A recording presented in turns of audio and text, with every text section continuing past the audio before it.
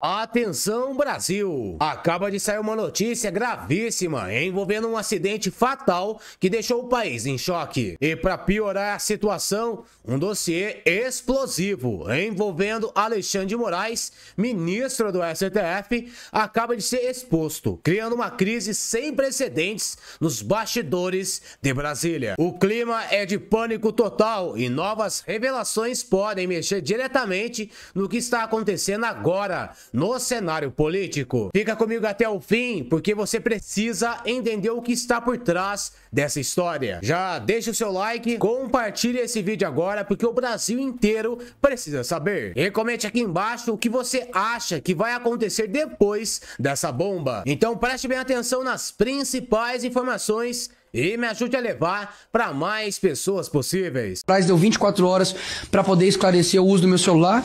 Engraçado, né, que esse à toa do Alexandre de Moraes, ele nunca pediu 24 horas para os bandidos, né, que estão dentro da cadeia dando ordem para criminoso, né, nunca pediu 24 horas aí para os criminosos, né, que estão dentro das cadeias dando ordem de comando para o crime organizado aqui fora, mas não, né, o criminoso aqui parece que sou eu, né, o criminoso não são essas pessoas, não. Realmente, o nível de prioridade aí do nosso Suprema Corte, ela é patética. Finalmente, depois de inúmeras viagens, denúncias, portas fechadas na nossa cara, finalmente, a OEA, a Comissão Interamericana de Direitos Humanos, está demonstrando interesse no que está acontecendo no nosso país, nessa violação dos direitos humanos perpetrada quase sempre por Alexandre de Moraes. O que eu vou te contar agora é uma história que envolveu muita paciência e muita persistência. No final do ano de 2023, nós começamos a organizar algumas comitivas de deputados federais e senadores indo a vários lugares para denunciar o que estava acontecendo no Brasil. Essa aqui foi uma das viagens, está aqui o Ramagem, Seif, Júlia Zanato, Eduardo Bolsonaro, eu, Capitão Alberto Neto e Paulo Figueiredo. Nesse início, a maioria das portas eram fechadas para nós, mas nós continuamos insistindo. Fizemos uma coletiva de imprensa em frente ao Capitólio. Dessa vez foi o André Fernandes, o Van Hatten, aqui atrás está eu, e vários outros deputados, Zé Trovão. Aqui também, mais uma vez, nós estávamos ali fazendo denúncia, falando para quem quisesse nos ouvir, deputados e senadores americanos, e também fomos na OEA, aqui no gabinete de um dos deputados lá nos Estados Unidos, a Amália, né, nossa querida Amália, que não está mais entre nós. Aqui foi na frente da OEA. Aqui está a Organização Interamericana, né, dos Estados Americanos. Isso aqui foi logo depois que nós entregamos um relatório escrito pelo deputado federal Coronel Ulisses, no qual eu traduzi. Nós fomos lá, conseguimos uma agenda e fizemos a denúncia do que estava acontecendo no Brasil. Isso fez com que, inclusive, o Pedro Baca, da Liberdade de Expressão, viesse aqui no Brasil para pegar mais informações e que está fazendo um relatório. Fomos também na União Europeia, no Parlamento Europeu, para denunciar o que estava acontecendo aqui. Bom, durante um tempo nada aconteceu, até mesmo porque a OEA estava a presidência da OEA era um esquerdista, né? Que eu vou pegar aqui e mostrar para vocês. Mas aí houve uma mudança. Haveria uma nova presidência da OEA. Brasil desiste de disputa e é derrotado em eleição para a Comissão de Direitos Humanos da OEA. E quem conseguiu entrar na OEA foi uma candidata que o Trump indicou. Uma pessoa que fugiu da ditadura de Cuba. Se tornou presidente, né, a diretora, eleita na segunda-feira para a Comissão de Direitos Humanos, como vocês podem ver. Qual foi o resultado real disso? Agora eu trago para vocês. Depois de muito tempo, gente, isso foi no começo de 2024, um ano, quase 2 anos depois, eles mandam um documento pedindo explicações. Tá aqui, ó. Comissão Interamericana de Direitos Humanos, OEA, 21 de novembro, eles enviaram para o Coronel Ulisses, o relator da denúncia, na qual vários deputados assinaram, um requerimento de informação. Tenho a satisfação de dirigir-me a Vossa Senhoria em nome da Comissão Interamericana de Direitos Humanos para referir-me à petição supramencionada. Essa petição é a petição que nós enviamos. Com relação a cada uma das 104 pessoas listadas como condenadas pelo Superior Tribunal Federal em conexão com os eventos do 8 de janeiro de 2023. Gente, isso aqui é uma bomba. Isso aqui está mostrando que realmente o que nós enviamos, o que nós relatamos para eles, foi o bastante para instigar a atenção. Conforme Confirme-se cada uma das 104 supostas vítimas condenadas continua privada de liberdade atualmente. Em caso negativo, indique a data e as condições de sua eventual soltura. Em relação ao falecimento do Sr. Clériston Pereira da Cunha, informe se foram iniciadas investigações ou processos judiciais internos. Não foram. Não tem nenhuma investigação sobre a morte do Clezão. Penais, civil e administrativos relacionados especificamente às circunstâncias de sua morte ou à alegada negligência médica ou omissão judicial. Em caso afirmativo, indique o estado atual de tais procedimentos e forneça a documentação relevante. Com relação das 12 pessoas detidas no Acre e no Pará, informe-se, embora seus casos criminais tenham sido arquivados, foram interpostas ações internas buscando reparação pela alegada detenção de 108 dias. Em caso afirmativo, indique o estado atual de tais ações. Solicito que seja apresentada a resposta, solicito-lhe que apresente sua resposta à solicitação de informações no prazo de um mês, contado a partir do recebimento desse comunicado. Então teremos até o dia 21 de dezembro. E aqui está Jorge Meza, secretário executivo, né, que foi isso aqui redigido pelo Ulisses Pereira de Araújo na Câmara dos Deputados.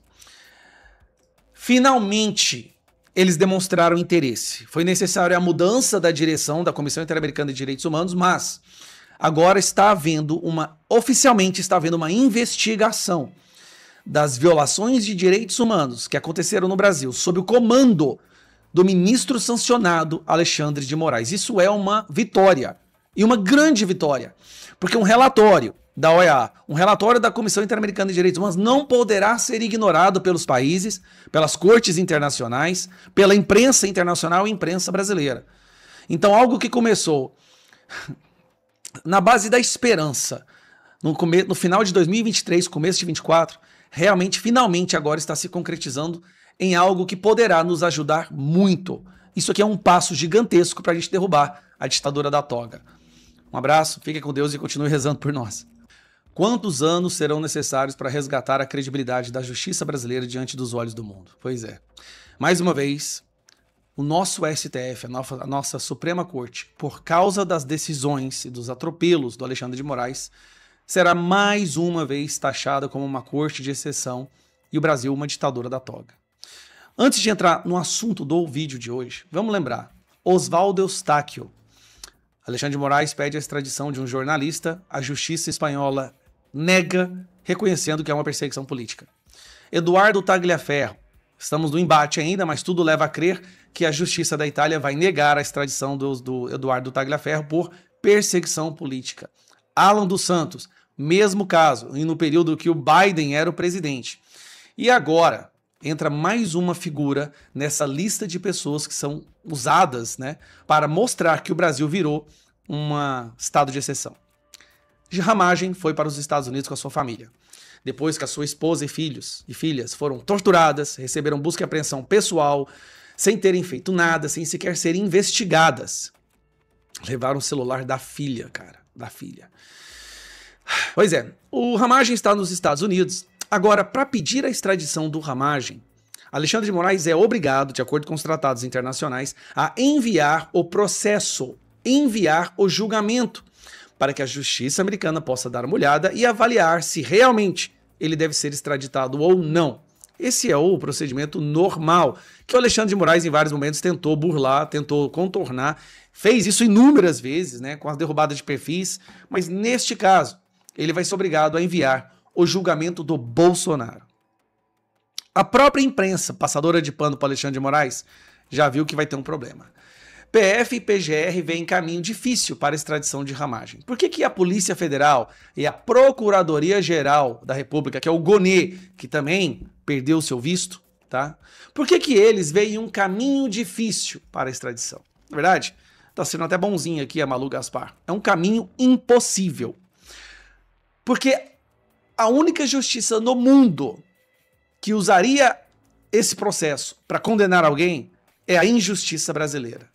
Aqui mesmo ela fala, ó. Na análise dos próprios investigadores, as imputações que pesam contra Ramagem podem ser classificadas como crime político. Presta atenção, eles mesmos reconhecem que eles serão classificados como crime político. Vou aumentar aqui, ó, porque a imagem está pequena. A própria Polícia Federal e o próprio GONE reconhece que se eles mandam para lá esse julgamento, vai ser reconhecido como crime político. A mesma coisa do Alan dos Santos, que nem na Interpol foi colocado. O que por si só já representaria um obstáculo legal para efetuar o processo de extradição. Além disso, as autoridades norte-americanas, inclusive o presidente Donald Trump, já deram uma série de declarações públicas para atacar o ministro Alexandre de Moraes e o processo que levou à condenação de Ramagem e Bolsonaro por golpe de Estado. Não, eles só não deram declarações públicas, eles sancionaram Alexandre de Moraes com a Global Magnitsky por violar direitos humanos. A chance de processarem lá é zero, porque estamos falando do governo de Trump. Mas peraí, o Alan dos Santos estava lá no governo do Biden e também não foi extraditado. Diz uma fonte que acompanha de perto as discussões dos bastidores. Ramagem foi condenado no âmbito de uma discussão sobre golpe de Estado, o que poderia ser enquadrado como crime político. Não, não vai ser enquadrado como crime político porque é golpe de Estado. Vai ser enquadrado como crime político por quê? Porque ele nem estava no local quando tudo aconteceu, porque ele já tinha saído do governo, porque ele é um deputado federal, apoiador do presidente Bolsonaro, porque não há nenhuma prova, nenhuma evidência de nada que ele tenha falado no sentido de golpe de Estado e porque não houve nem sequer uma tentativa de golpe de Estado. Vocês vão ter que enviar um processo para lá e vão ter que justificar e defender que 3, 4 mil pessoas idosas com a Bíblia debaixo do braço num domingo nos prédios vazios foi uma tentativa de golpe de Estado. Eu quero ver advogados ou representantes da nossa Suprema Corte tentar falar isso para a justiça brasileira. Eles foram lá com a Bíblia e ajoelharam e rezaram e quebraram os vidros lá, por isso foi golpe de Estado. Como é que é? Questionar o sistema eleitoral é golpe de Estado? Vocês vão lá falar a mesma coisa que o Maduro fala, que Gustavo Petro fala, que todas as ditaduras falam e acham que a maior democracia do mundo vai acatar isso? Então o Alexandre de Moraes agora tem duas opções. Levar isso adiante e ser mais uma vez envergonhado e humilhado diante do mundo, ou, isso eu acho mais provável, nem sequer enviar o pedido de extradição. E se enviar, não será capaz de fazer a defesa. Essa é a situação que o nosso STF colocou o Brasil. O Alexandre de Moraes está conseguindo envergonhar o Brasil mais do que a Flop 30. E olha que o evento da Flop 30 foi icônico, entrou para a história da ONU como o evento mais abominável da história. Mas Moraes, ele não gosta de ficar para trás. A PGR se pronunciou favoravelmente a uma prisão domiciliar para o general Augusto Heleno. Já tem 78 anos de idade, general 4 estrelas, uma história, né, de amor ao Brasil, de defesa da pátria, e condenado injustamente nessa fajutice chamada trama golpista. E ele está, então, preso, né? Tem 78 anos, tem Alzheimer e também problemas vasculares, né, combinados. Portanto, por questão humanitária, a PGR se manifestou favoravelmente a uma prisão domiciliar para ele. Agora quem decide é vai de reto Satanás, Alexandre de Moraes. É ele que vai decidir. Vocês querem comentar alguma coisa sobre Augusto Heleno? Não, olha, é óbvio que o regime está com medo de ser exposto. Esse é o ponto crucial. Perdão. Esse é o ponto crucial de como será a política daqui em diante, né? O regime Foro de São Paulo, que inclui Lula, né, o Dirceu e o STF, o regime Foro de São Paulo, que é o narcotráfico, que é os grupos terroristas, a presença dos grupos terroristas no Brasil, o PSDB está envolvido nisso, a esquerda latino-americana toda está envolvida nisso. Esse regime está com pavor de ser exposto. Pavor. O medo deles incitar o ódio e a ira nas massas. O Lula agora, ele vai pisar em ovos. Eu não dou aí, deixa eu ver, dezembro, eu não dou 3 vezes pro Lula estar falando de prisões e de dosimetria. Eu não dou 6 meses, cara. Pro Lula tá falando que essa tensão não vai agradar ninguém, não vai trazer bem nenhum pro país. Sem brincadeira. Eu não dou 6 meses lá. Pode gravar aí, ó. Hoje é dia 28 de novembro de 2025. Novembro, dezembro, janeiro, fevereiro, março, abril, maio. Até maio do ano que vem, vocês me cobrem, porque eu não dou 6 meses pro Lula tá dando uma de bonzinho internacionalmente. Primeiro, porque a Roça Paiá está à frente da Comissão Interamericana de Direitos Humanos, na OEA. Segundo, porque o Trump vai usar toda a força do Estado americano, das Forças Armadas americanas, para arrebentar com uma das maiores fontes de financiamento do narcotráfico na América Latina. Perdão, fonte de financiamento do Foro de São Paulo, que é o narcotráfico na América Latina.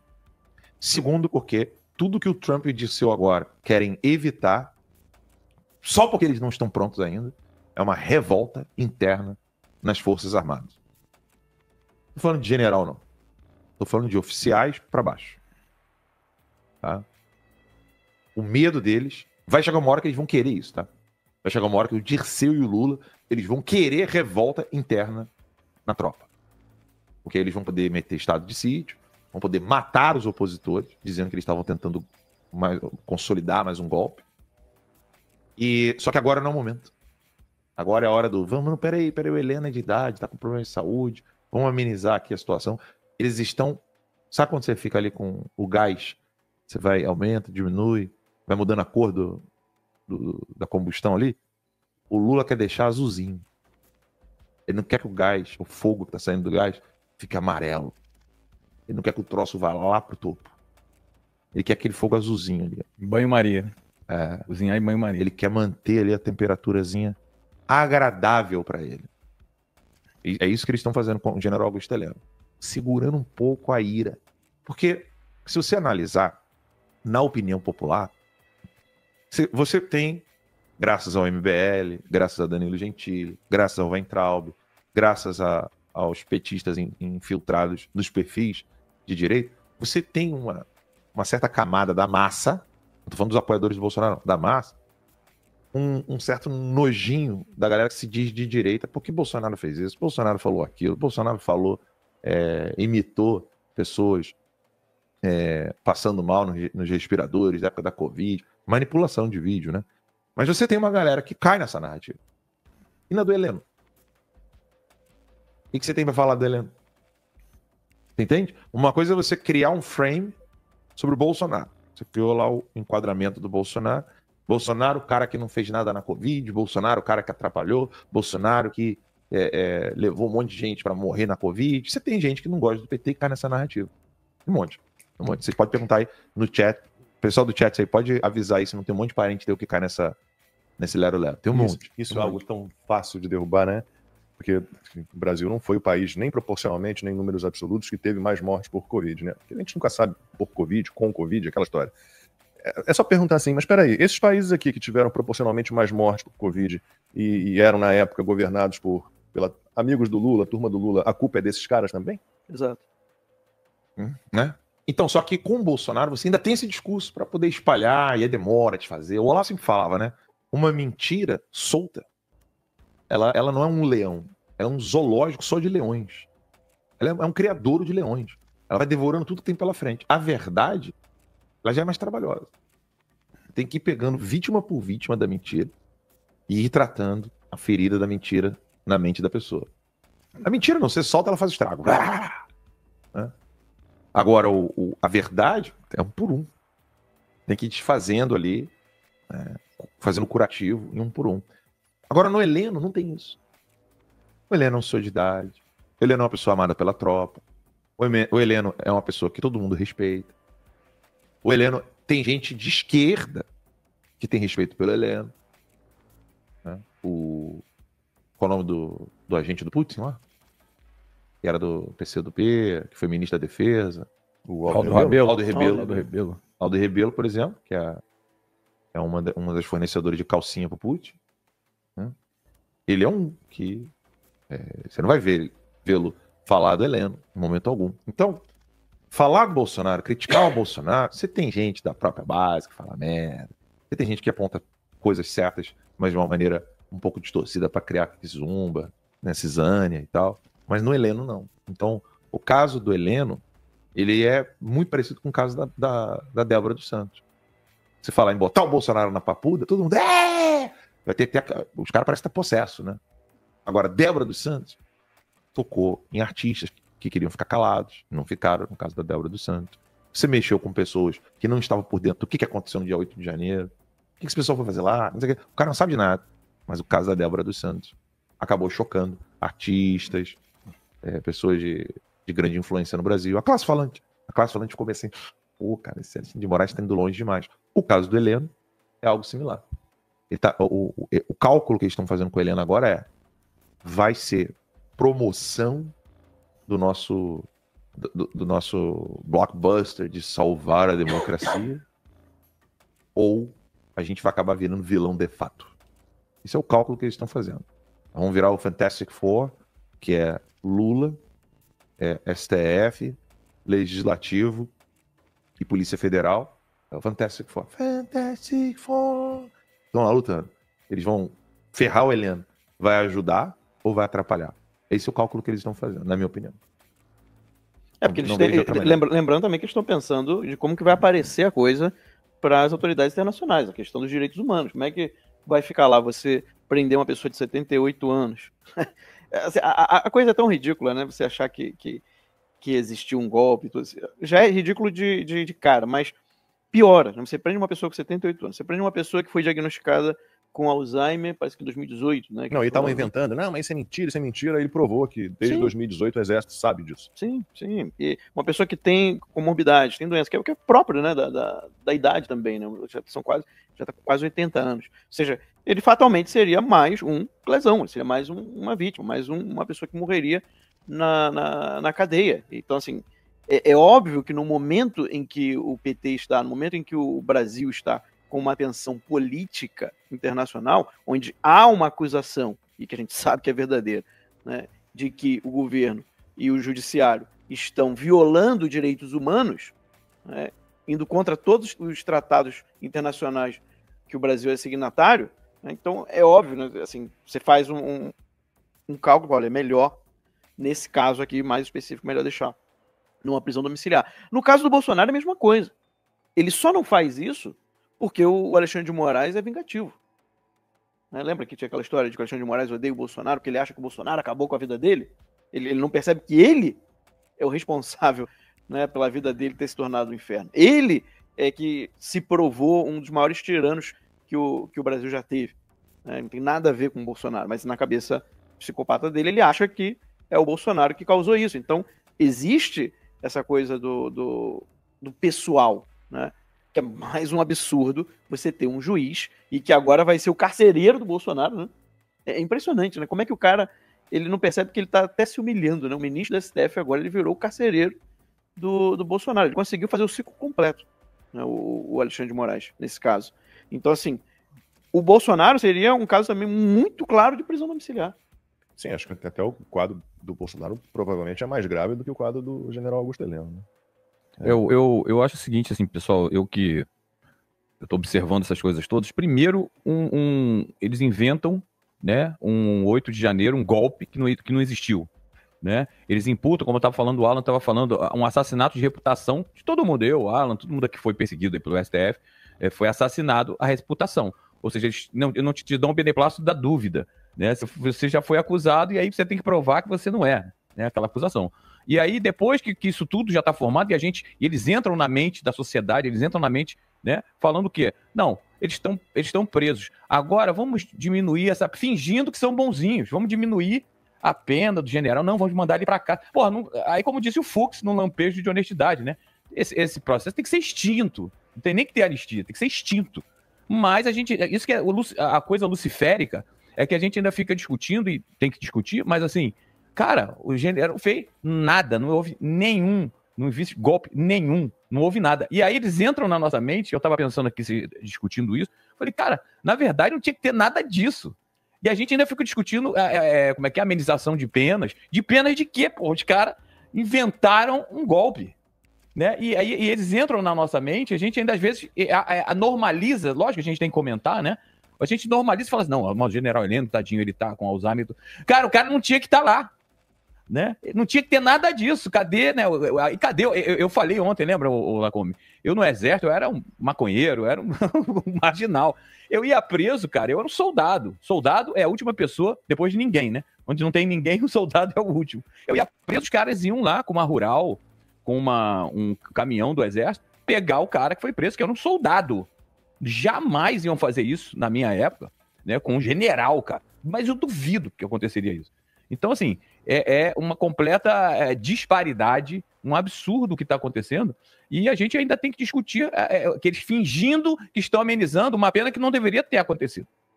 né, como disse o Fux, voltando ao Fux, É. isso tudo é nulo desde a origem, né? Exatamente. Desde o início. E aí a gente vai ficando anestesiado e aí a gente começa a comentar, não, o Bolsonaro, ele tinha que... O Bolsonaro não tinha que estar preso, porra! Aí eu fico pensando, cara, será que eles entraram na minha mente? Sai, demônio! Sai da minha mente! A OEA pediu mais informações sobre denúncias de abusos contra os réus do dia 8 de janeiro. Essa é uma notícia importante, porque isso estava parado na OEA até agora, e agora tem uma chance de andar. Eu sou André Marcília, advogado, professor de Direito Constitucional, e antes de tocar nesse assunto, eu peço que vocês se inscrevam aqui no canal, também cliquem no joinha, porque deixando o seu like, o algoritmo entende que o conteúdo é relevante para você e acaba distribuindo para mais gente, você ajuda o nosso canal aqui a crescer. E também considere se tornar membro, clicando na aba Seja Membro e tendo acesso a conteúdos exclusivos nossos. Pois é, essa é a notícia. Todo mundo lembra que o Pedro Vaca da OEA veio aqui no Brasil, talvez tenha vindo a turismo, a gente criticou muito, eu inclusive estive com ele, e depois a Vaca ou o Vaca foi para o brejo, ninguém mais ouviu falar desse assunto, mas agora parece que vai andar. Em março de 2024, o coronel Ulisses, que é um parlamentar, pediu que fosse feita uma apuração sobre atos atentatórios por parte do Estado brasileiro a respeito dos réus do dia 8, o tratamento deles, né? Como o Estado tem tratado esses réus e como, inclusive, eles foram julgados à revelia de toda e qualquer legalidade. E agora a OEA parece que pede novas notificações, novas informações sobre esses casos.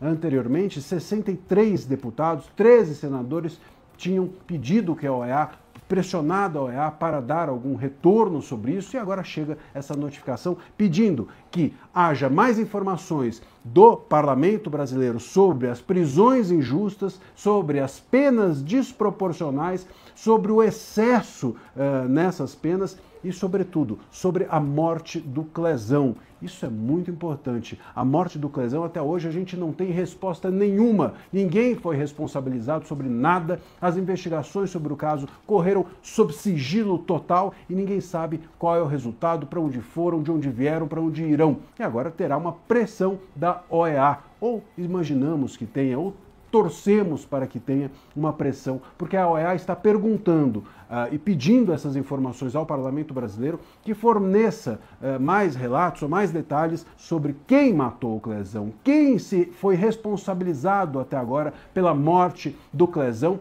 e o que há de concreto a respeito dessas investigações. E sabe qual a resposta que o Parlamento brasileiro vai dar à OEA? Zero. Vai responder que não tem nenhuma informação, que ninguém foi responsabilizado, que tudo tramita sob sigilo, que tudo está nas mãos do ministro Moraes e que tudo está nas mãos do STF e nada chega sequer à família. É bom que se diga que o caso Clezão é tão enigmático que nem a família tem acesso às investigações e à eventual responsabilização que alguém venha ou possa ter tido nesse caso. Morreu o Clezão na cadeia e outros mais, enfim, eles estão esperando que morram, tomara que não. Mas o ponto é que, dando essas respostas agora à OEA, dizendo que a gente não sabe nada, embora nós devêssemos saber tudo a respeito desse e de outros casos mais, talvez haja uma pressão internacional. Muita gente pode dizer, isso não vai dar em nada. Não importa, a visibilização internacional desses casos já é relevante, porque quando a OEA fala sobre isso, ou quando a OEA cobra o Brasil sobre isso, isso sai na mídia do mundo inteiro. Isso saindo na mídia do mundo inteiro, o assunto é pautado também no Brasil. Não fica restrito a um ou outro canal, a uma ou outra emissora, a um ou outro jornal que possa ser identificado como de direita, mas a toda a mídia. Não tem como. Sai na imprensa internacional algo pedido pela OEA, isso vira pauta nacional e a pressão aqui aos ministros se torna maior. Tomara que aconteça e tomara que realmente, como eu mencionei, o Vaca não tenha ido para o brejo, pelo menos dessa vez. Morre técnico vítima de incêndio na esplanada. Morreu nesta terça-feira o técnico ferido em um incêndio na área externa do Bloco C da Esplanada dos Ministérios. Raimundo Nonato do Nascimento Chaves teve 60% do corpo queimado e foi encaminhado ao Hospital Regional da Asa Norte em estado grave. Ele trabalhava para a Diamante Engenharia em terceirização, a Companhia Elétrica de Brasília. A Diamante diz que colabora com as autoridades para a apuração do caso. Já a SEB alega que adota padrões rígidos de segurança do trabalho. Além de Raimundo, 2 pessoas se intoxicaram com a fumaça e também foram encaminhados ao hospital. O acidente ocorreu após um curto-circuito na subestação, enquanto Raimundo realizava uma manutenção na subestação. Após o ocorrido, o Corpo de Bombeiros do Distrito Federal isolou o local e evacuou os servidores. Outra empresa deu suporte à corporação. Após o ocorrido, os servidores de 6 ministérios situados no Bloco C foram orientados a terminar o expediente em home office, igualdade racial, mulheres, povos indígenas, desenvolvimento social e combate à fome, gestão e inovação em serviços públicos e desenvolvimento agrário e agricultura familiar.